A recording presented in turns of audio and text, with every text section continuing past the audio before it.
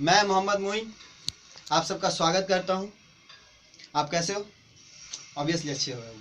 तो पहले जैसे कि हम लोग पिछले कुछ वीडियोस में मैंने आपको एक कॉन्ट्रैक्ट के बेसिक से सेक्शंस और किस तरह से उन सभी के टेक्निकल वर्ड्स के चक्कर में लोग फंस जाते हैं, स्टूडेंट फंसते हैं, उन सभी टेक्निकल वर्ड्स को समझाया था और क्लियर किया था। और इसके बाद जब ये जो कॉन्ट्रैक्ट का क्लियरेंस हो गया तो हम लोग एक कॉन्ट्रैक्ट के डेफिनेशन से आगे बढ़ते हैं और ये जानते हैं कि कॉन्ट्रैक्ट के आगे अब क्या है। तो जाहिर सी बात है, अब कॉन्ट्रैक्ट हुआ तो कॉन्ट्रैक्ट कितने प्रकार के होते हैं ये भी जानना बहुत ज़रूरी है। तो चलिए आप लोग देखते हैं कि आज मैं यही क्लियर करने वाला हूँ कि कॉन्ट्रैक्ट कितने प्रकार के होते हैं और किस किस टर्म्स पे होते हैं। वैसे जब कॉन्ट्रैक्ट का क्रिएशन होता है, पॉज कर, रीनेम करने के बाद बोलता कहाँ तक पहुंच चुका था। ठीक है। द क्लासिफिकेशन ऑफ कॉन्ट्रैक्ट, जैसे कि मैं बता रहा था कि क्लासिफिकेशन ऑफ कॉन्ट्रैक्ट। तो जो हम लोग कॉन्ट्रैक्ट को जब क्लासीफाई करते हैं ना तो वो 4 तरीके से करते हैं। ठीक है। पहला,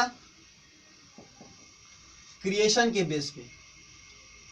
लिखा हुआ समझ में नहीं आ रहा, गधुनेला टाइप का आ रहा है। क्रिएशन के तौर पे हम लोग कॉन्ट्रैक्ट को अलग करते हैं, डिफरेंस क्लासीफाई करते हैं। दूसरा,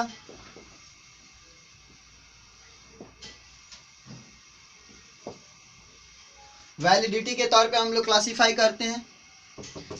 और तीसरा,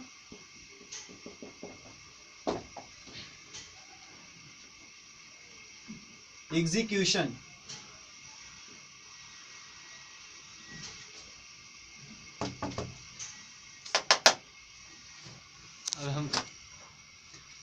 उसके बाद एग्जीक्यूशन के तौर पे यानी बेस्ड ऑन एग्जीक्यूशन। और जो चौथा है ना वो है आपका फॉर्मेलिटीज। फॉर्मेलिटी के तौर पे भी हम लोग कॉन्ट्रैक्ट को क्लासीफाई कर सकते हैं। तो चौथी हुई फॉर्मेलिटीज।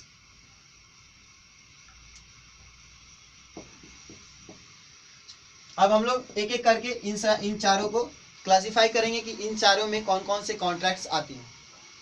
चारों में पहला हम लोग स्टार्ट करेंगे यहाँ से क्रिएशन। तो क्रिएशन से आते हैं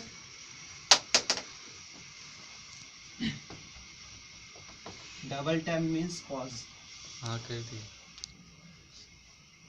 on the basis of creation.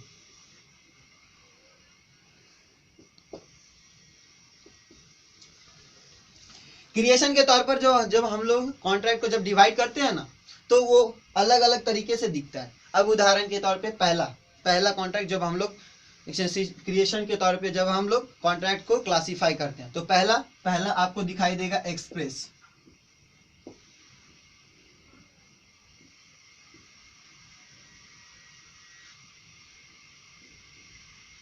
अब वहां पूछोगे एक्सप्रेस कॉन्ट्रैक्ट क्या होता है, तो एक्सप्रेस कॉन्ट्रैक्ट वो कॉन्ट्रैक्ट्स होती है ना जो आदमी लिख कर या बोल करके एक्सप्रेस कर सकता है। जिसमें अब उदाहरण के लिए आप ले लो राम और श्याम। राम ने कहा कि आप श्याम से कि आप अपनी मर्सिडीज कार मुझे 10 लाख रुपए में दोगे। श्याम ने कहा हाँ।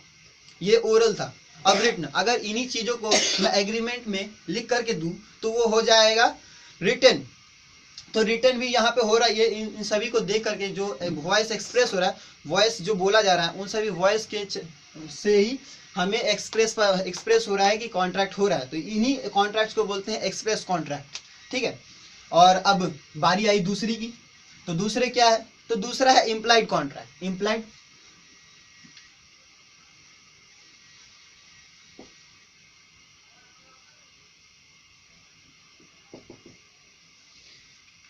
इम्प्लाइड कॉन्ट्रैक्ट ये एक ऐसा कॉन्ट्रैक्ट है, implied contract, a contract inferred by the conduct of the person या फिर the circumstances incurred। तो incurred by the conduct, ये जो inferred by the conduct है ना, जो implied के नजरिए से होता है। तो conduct जब इंसान का एक्शन जो होता है ना, एक्शन से ही पता चल जाता है कि वो कॉन्ट्रैक्ट के लिए अपना ऑफर या एक्सेप्टेंस प्रोवाइड करा। उदाहरण के लिए आप देख लो, आप एक टैक्सी, जब आप टैक्सी के लिए हाथ वेव करते हो ना तो वो टैक्सी वाले से आप डायरेक्ट बोलते हो हाथ यहाँ से पूछे, वो रुक गया और आप उस पर चढ़ जाते हो। तो वो जो आप हाथ वेव किया ना, एक्चुअली वही आपके हाथ से जो एक्शंस हो रहा है ना, वो हाथ ही बोल रहा है कि ऑफर कर रहा है, और जब वो टैक्सी वाला रुक गया ना तो आपके ऑफर को एक्सेप्ट कर रहा है। इसी तरह से इम्प्लाइड या फिर टैसिट कॉन्ट्रैक्ट का उत्पत्ति होता है। और अब जब इम्प्लाइड और कॉन्ट्रैक्ट हो गया, इम्प्लाइड कॉन्ट्रैक्ट का ही दूसरा नाम हम लोग लेते हैं टैसिट कॉन्ट्रैक्ट, ठीक है। अब टैसिट कॉन्ट्रैक्ट हो गया तो अब बारी आई तीसरे की। तीसरा, जब जो आदमी इंसान को सबसे स्टूडेंट को सबसे ज्यादा प्रॉब्लम क्रिएट करता है ना, तो वो है तीसरा वर्ड। तीसरा जो कॉन्ट्रैक्ट है ना, ये है quasi contract.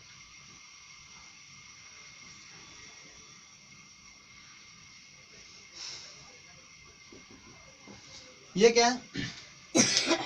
neither the word spoken, neither the conduct, but certain circumstances incurred, it is also applicable, it is created by law। क्या कहना था कि ये यहाँ पे कोई लिखा हुआ कॉन्ट्रैक्ट नहीं होता, यहाँ पे कोई इंसान कुछ बोलता नहीं है, यहाँ पे कोई एक्शंस भी नहीं दिखा होता, एक्शन के जरिए भी नहीं पता चलता है कि यहाँ एक कॉन्ट्रैक्ट हो गया हो, यहाँ पे कोई कंडक्ट नहीं होता, लेकिन फिर भी जब दो व्यक्ति के बीच में फिर भी एक कॉन्ट्रैक्ट बन जाता है। क्यों? क्योंकि उस पे लॉ, भारत का law, Indian contract act, law उस पे प्रोविजन डाल देता है। अब उदाहरण इससे कैसे हम स्पेसिफाई करेंगे, तो उदाहरण के तौर पे आप देख सकते हैं कि जब भी स्नैपडील का आप ऑफर ले लीजिए, कि स्नैपडील का ऑफर, अगर आप सामान खरीदते हैं ऑनलाइन, मान लीजिए आपका नाम है एक्स और आप सामान खरीदे ऑनलाइन, और सामान वहां से आपके घर पे के फ्लैट में, आपका रूम नंबर 14 नंबर फ्लैट में आने के जगह पे फ्लैट का रूम नंबर 15 में चला गया, और वो आपके पड़ोसी को सामान दे दिया।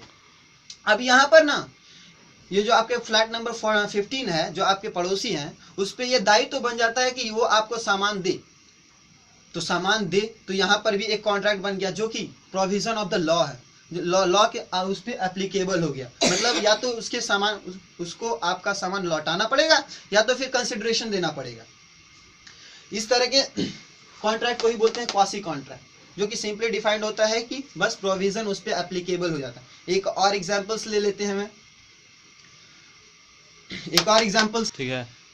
दूसरे, जैसा मैं बोल रहा था, दूसरा एग्जाम्पल लेते हैं। मान लो मैं मोई, मेरा दोस्त इखलाक, मैं इखलाक के घर पे गया, मैं अपना पर्स वहाँ, वॉलेट वहाँ भूल गया। अब यहाँ पे इखलाक पर ये दायित्व बन जाता है कि वो मेरे पर्स को लौटाए। अब इस इखलाक पर प्रोविजन ऑफ द लॉ है कि वो मेरा पर्स लौटाए, और ये जो लौटाने का जो कॉन्ट्रैक्ट बना ना, इसी को बोलते हैं contract by the quasi contract, इसी को क्वासी कॉन्ट्रैक्ट कहते हैं, ठीक है। स्टार्ट। क्वासी कॉन्ट्रैक्ट तो समझ में आ गया। अब ध्यान देते हैं इसके बाद का कॉन्ट्रैक्ट, जो रिसेंट टाइम में नरेंद्र मोदी द्वारा लॉन्च किया गया है। नरेंद्र मोदी द्वारा लॉन्च नहीं किया, मतलब इसे प्रमोशन सबसे ज्यादा नरेंद्र मोदी की वजह से मिला है, इंडिया, जिसको बोलते हैं ई कॉन्ट्रैक्ट।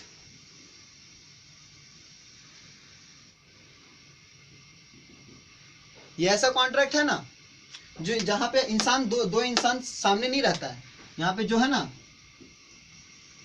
एक्स एंड वाई दोनों सामने फेस टू फेस नहीं है, इनके बीच में एक computer via internet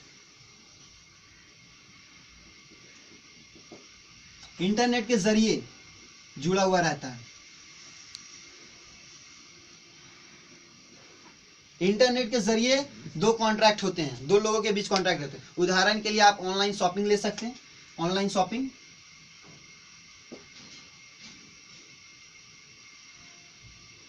online shopping जितना भी तरीके का होता है, वो सारे के सारे ई कॉन्ट्रैक्ट के ही उदाहरण है, ठीक है।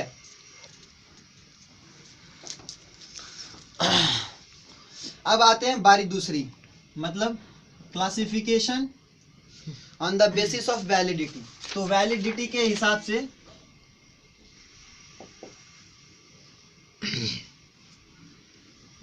वैलिडिटी के हिसाब से creation on the basis of validity, validity के हिसाब से हम लोग कॉन्ट्रैक्ट को किस किस तरीके से क्लासिफाई कर सकते हैं। पहला है वैलिड कॉन्ट्रैक्ट,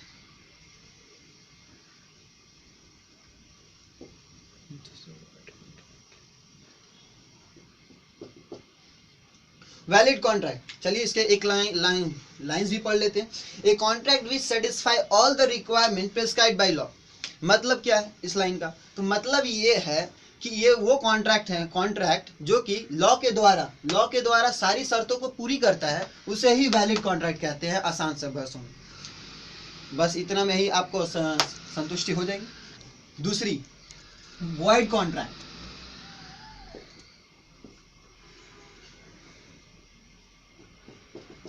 वॉइड कॉन्ट्रैक्ट, आइए चलिए इसके मीनिंग्स पे ध्यान देते हैं। एक void contract is a contract which was enforceable by law when originally created. Due to happening of some events, it ceases to be enforceable by law. Void contract, इसका मतलब क्या था? एक void contract एक कॉन्ट्रैक्ट है जब बन रहा होता है तब तो वैलिड होता है, लेकिन बाद में किसी अन्य कारण या फिर किसी भी कारणवश वो अनइन्फोर्सेबल हो जाता है लॉ के जरिए। उदाहरण में आइए आते हैं एग्जांपल्स पे कि void contract void कैसे बन जाता है after when it is valid at the time of creation। तो जब देखते हैं कि एग्जांपल्स क्या, तो एग्जांपल्स है, तो एग्जांपल में आते हैं। तो एग्जांपल मान लो मैं मोइन, मेरा दोस्त नितेश से मैंने कॉन्ट्रैक्ट किया कि भाई तुम मुझे अपनी कार सेल आउट कर देना, मैं तुझे 10 लाख रुपए दे दूंगा। लेकिन ना हो ऐसा, लेकिन गलती से वो बेचारी जिस कार को चला रहा था वो कार को एक्सीडेंट करवा दिया। अब एक्सीडेंट कर देने की वजह से ना रहा कार ना रहा भाई। अब जब कॉन्ट्रैक्ट का इंसान ही नहीं है तो अब इन्फोर्सेबल किससे करवाया जाए, मतलब काम अब किससे करवाया जाएगा। तो स्टार्टिंग में जब हम लोगों ने कॉन्ट्रैक्ट कर रहा था मैं और नितेश, तो हम दोनों के बीच क्या था, एक वैलिड सारे के सारे शर्तें पूरी हो रही थी, तो वो हम तो क्रिएशन के समय वो वैलिड था। लेकिन जब हम लोगों ने जब उसका एक्सीडेंट हो गया ना, तब हम लोगों से के बीच से एक कॉन्ट्रैक्ट टूट गया। अब उसको हम इन्फोर्सेबल नहीं करवा सकते, क्योंकि ना रहा भाई ना रहा कार। जब कार ही नहीं है तो अब कैसा इन्फोर्सेबल, तो वो जो है ना वो वॉइड के अंतर्गत में आता है। इस तरह था वॉइड की क्राइटेरियाज। अब जो तीसरी आती है ना वो है वॉइडेबल कॉन्ट्रैक्ट। ये वॉइडेबल कॉन्ट्रैक्ट क्या होता है, तो आइए इसको भी देख लेते हैं हम, एक ओवरव्यू। वॉइडेबल कॉन्ट्रैक्ट, चलिए इसकी मीनिंग्स को पहले पढ़ते हैं। An agreement which is enforceable by law at the option of the one or more the parties but not at the option of the other is voidable.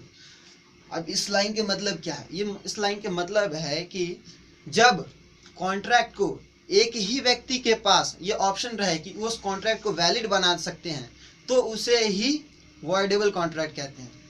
ऐसे में तो समझ नहीं आया, तो समझ नहीं आया तो आइए आते एग्जांपल्स पे। तो एग्जांपल क्या है, एक आदमी है एक्स, एक वाई एक हथियार लेकर गया चाकू और उसकी गर्दन पे रख, एक्स की गर्दन पे रख दिया और बोला कि जमीन के कागजात पे साइन करो। एक्स भाई घबराया और साइन तो कर दिया। अब साइन करने के बाद वो जमीन के कागजात और वो कॉन्ट्रैक्ट पेपर लेके चला गया। तो यहाँ पर ना एक्स के पास एक रेमेडी है कि वो इस कॉन्ट्रैक्ट को वॉइड करवा सकता है। अगर वो चाहे तो कोर्ट में जाकर के कह सकता है कि ये कॉन्ट्रैक्ट जाली फर्जी है, क्योंकि ये मेरे गर्दन पे चाकू रख के करवाया गया है। तो इसीलिए इस कॉन्ट्रैक्ट को कहते हैं वॉइड। वॉइडेबल का मतलब ही होता है वॉइड करने लायक।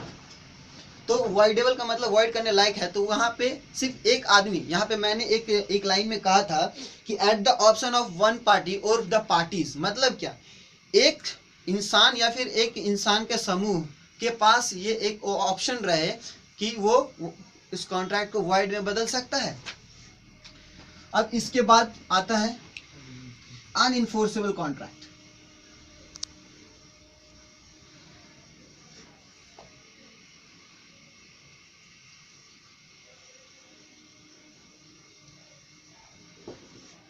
कॉन्ट्रैक्ट, अब ये अनइन्फोर्सेबल कॉन्ट्रैक्ट क्या है?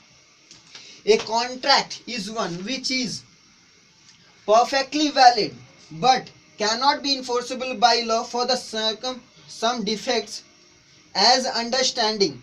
If the defect are removed, the contract can be enforced. अनइनफोर्सेबल, इसका लाइन का मतलब क्या है? ये जो अनइनफोर्सेबल कॉन्ट्रैक्ट है ना, वो एक सिंपल सा कॉन्ट्रैक्ट है और वो एक वैलिड कॉन्ट्रैक्ट होता है बनते के समय, लेकिन वो अनइनफोर्सेबल हो जाता है। क्यों? क्योंकि उसमें भी जब बन जाता है ना कॉन्ट्रैक्ट, तो उसके बाद में जब वो कॉन्ट्रैक्ट को निभाना होता है तब उस समय उसमें कुछ डिफेक्ट्स आ जाती हैं। उदाहरण अनइनफोर्सेबल कॉन्ट्रैक्ट का, एक सेलर है मिस्टर मोइन,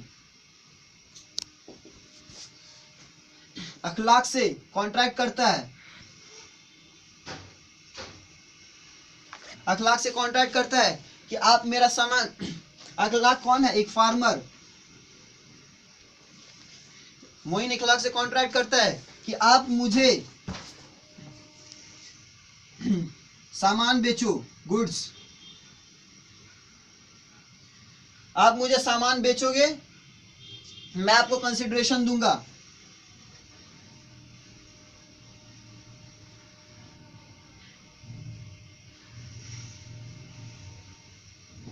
कंसिडरेशन दूंगा और इन दोनों की आपस में कॉन्ट्रैक्ट होती है। सामान तो सामान क्या? सामान यहाँ धान, वीट, सॉरी गेहूं, वीट जब हम लोग ये इसके साथ कॉन्ट्रैक्ट किया कि ठीक है भाई मैं तुम्हें गेहूं दूंगा अपना खेत का, तो उस समय तो गेहूं उपजा नहीं था, लेकिन और ये इन लोगों ने कॉन्ट्रैक्ट कर लिया कि जब हमारे खेत में गेहूं होगा तो मैं आपको दे दूंगा। एंड इवेंचुअली इसके खेत में बाढ़ आ जाता है और इसकी फसल खराब हो जाती है। जब खराब हो जाती है तो ये गेहूं इसे नहीं दे सकता। तो स्टार्टिंग में जब इन लोगों ने कॉन्ट्रैक्ट बनाया था तब तो वो इन्फोर्सेबल करने लायक था, लेकिन किसी एक सर्कमस्टांसेस के अराइज हो जाने की वजह से ये अपनी कॉन्ट्रैक्ट को पूरा नहीं कर सकता। तो ये जो अचानक से डिफेक्ट जो अराइज हो गया ना, इसी डिफेक्ट को कहते हैं, इसी डिफेक्ट के कारण वो कॉन्ट्रैक्ट हो गया अनइनफोर्सेबल। चलिए, इसके बाद अनइनफोर्सेबल के बाद इल्लीगल कॉन्ट्रैक्ट।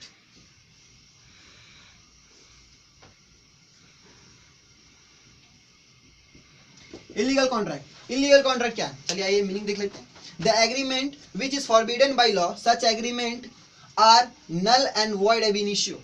मतलब ये वो कॉन्ट्रैक्ट है जो कि सिर्फ कॉन्ट्रैक्ट एक्ट के जरिए नहीं, हर इंडियन क्रिमिनल लॉ के जरिए भी वो काम करने से पूरी के पूरी स्ट्रिक्टली मनाही कर दिया गया है कि वो काम ना करे। और ऐसे कोई काम के लिए आप कॉन्ट्रैक्ट करते हैं तो वो इल्लीगल कॉन्ट्रैक्ट होता है, और इल्लीगल कॉन्ट्रैक्ट शुरुआत से ही वॉइड रहता है। तो इसलिए void contract, illegal contract void ab initio होता है। अब बात तो यहाँ तक थी, चलो इसे मिटा देते हैं और हम तीसरे रूप में देखते हैं। अब तक हम लोगों ने देखा था कि क्लासिफिकेशन ऑफ कॉन्ट्रैक्ट के दो तरीके से क्या क्या था। पहला classification on the basis of creation and दूसरा classification on the basis of validity. अब तीसरा देखेंगे क्या, classification on the basis of execution.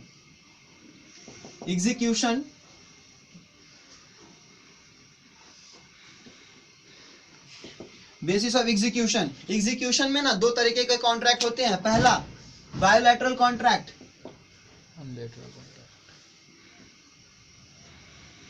Bilateral contract. ये कॉन्ट्रैक्ट होता क्या है? तो bilateral contract is a contract, are the contracts in which both the parties either have to perform the obligation or to have performed their obligation. There are the following two types. ये भी दो तरह के होते हैं। पहले इससे मतलब क्या होता है? बायोलैटरल कॉन्ट्रैक्ट मतलब इसमें या तो इंसान दोनों का दोनों जो पक्ष होता है, दोनों का दोनों पक्ष या तो काम कर चुका होता है या तो दोनों का दोनों ही काम नहीं किया है और करने वाला होता है, इसीलिए इसको बायोलैटरल कॉन्ट्रैक्ट कहते हैं। ये भी दो तरह के से होते हैं। पहला क्या होता है? Executed contract. एग्जीक्यूटेड कॉन्ट्रैक्ट क्या होता है? एग्जीक्यूटेड कॉन्ट्रैक्ट जैसे कि इसका वर्ड का एग्जीक्यूटेड का मतलब ही होता है काम हो गया। तो काम हो गया मतलब क्या? ऐसा वो कॉन्ट्रैक्ट जिसमें दोनों पक्षों ने ही काम कर लिया तो उसे एग्जीक्यूटेड कॉन्ट्रैक्ट कहते हैं। और तीसरा एग्जीक्यूटरी कॉन्ट्रैक्ट।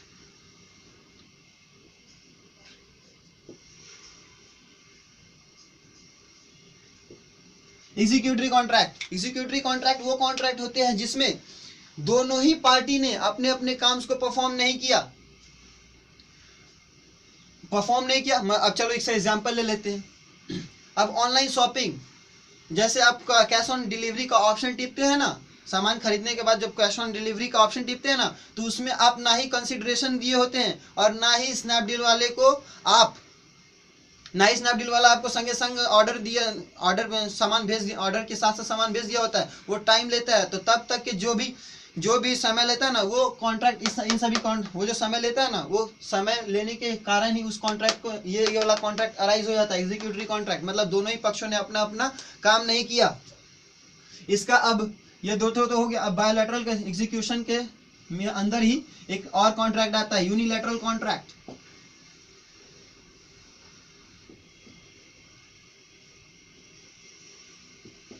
यूनिलैटरल कॉन्ट्रैक्ट वो कॉन्ट्रैक्ट होती है जिसमें इसमें का दोनों में से कोई एक पक्ष,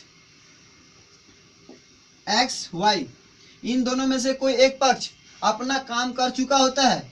या तो ये अपना काम कर चुका रहेगा या तो फिर ये, लेकिन दोनों में से कोई एक ही अपना अपना काम करेगा, तो ही उस कॉन्ट्रैक्ट को बोलेंगे यूनिलैटरल कॉन्ट्रैक्ट।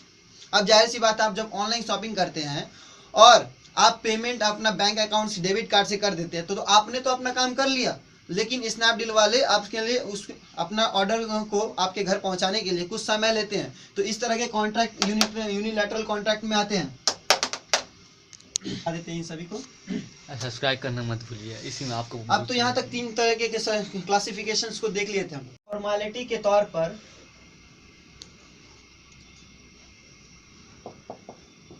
फॉर्मेलिटी के तौर पर ना हम कॉन्ट्रैक्ट को 2 भागों में बांट सकते हैं। पहला क्या, सिंपल कॉन्ट्रैक्ट। सिंपल कॉन्ट्रैक्ट क्या होता है? वो कॉन्ट्रैक्ट जिसमें या तो कॉन्ट्रैक्ट करने वाला वर्बल या फिर रिटन भी हो सकता है। हाँ, लेकिन रिटन जो होगा ना, उसमें ये जरूरी नहीं होगा कि वो एक कॉमन सील्स के आधार पे हो या फिर कोई एक पर्टिकुलर फॉर्मेट के आधार पे हो या फॉर्म के आधार पे हो, ऐसा कोई ज़रूरत नहीं है। लेकिन ये जो सिंपल कॉन्ट्रैक्ट होता है ना, इसमें कंसिडरेशन का ज़रूरत होता है। कंसिडरेशन ज़रूरी है इस कॉन्ट्रैक्ट में। कंसिडरेशन होगा तो ही ये सिंपल कॉन्ट्रैक्ट कहलाएगा। ठीक है, सिंपल कॉन्ट्रैक्ट ये होता है सिंपल कॉन्ट्रैक्ट जिसमें कोई भी चीज़ की फॉर्मेलिटीज नहीं होती है। अब हो गया फॉर्मल कॉन्ट्रैक्ट, इसी में आ जाता है, तो फॉर्मेलिटी नहीं है, और जब फॉर्मेलिटी आ जाएगी तो वो हो जाएगा फॉर्मल कॉन्ट्रैक्ट। फॉर्मल अपने नाम में ही ये बता रहा है कि फॉर्मल क्या होता है। फॉर्मल मतलब हर चीज़ को एक पर्टिकुलर वे में, एक फॉर्म में रिटर्न होना चाहिए, कॉमन सील होना चाहिए, स्टैम्प पेपर होना चाहिए, या फिर वो सारे कॉन्ट्रैक्ट जहाँ पे कॉन्ट्रैक्ट मतलब स्टैम्प पेपर की ज़रूरत होती है, जहाँ पे सिग्नेचर करना ज़रूरी होता है, मतलब उन सभी कॉन्ट्रैक्ट को फॉर्मल कॉन्ट्रैक्ट बोलते हैं। अब उदाहरण के लिए आप ले लो एक कोर्ट का केस। अब जो कोर्ट का केस जो होता है ना, वो एक फॉर्मल वे में होता है, और वो जो फॉर्मल तरीके को यूज़ करते हैं ना हम लोग, इसी में आता है। इसको बोलते हैं फॉर्मल कॉन्ट्रैक्ट। खत्म। इसी के साथ हम अपना आज का एपिसोड खत्म करते हैं। सब्सक्राइब और लाइक करना ना भूलें। और अगर कोई भी प्रॉब्लम हो तो आप मेरे ईमेल आईडी पे कांटेक्ट कर सकते हैं, और अपने सारे सॉल्यूशंस को आप कमेंट बॉक्स में पा भी सकते हैं, और कमेंट बॉक्स में अपना कमेंट छोड़ सकते हैं कि आपको हमारा वीडियो कैसा लगा, ताकि मैं इन्हीं चीज़ों पे अपना काम जारी कर सकूं और बढ़िया तरीके से आपको प्रेजेंट कर सकूं, और आपका ज्ञान और नॉलेज बढ़ाता है। ज्ञान प्राप्त आने के लिए शुक्रिया। और आप अपने बहुमूल्य समय को ज्ञान प्राप्ति के लिए दिए हैं, इसका बहुत बहुत शुक्रिया। हेल्दी रहें, खुश रहें और स्वस्थ रहें।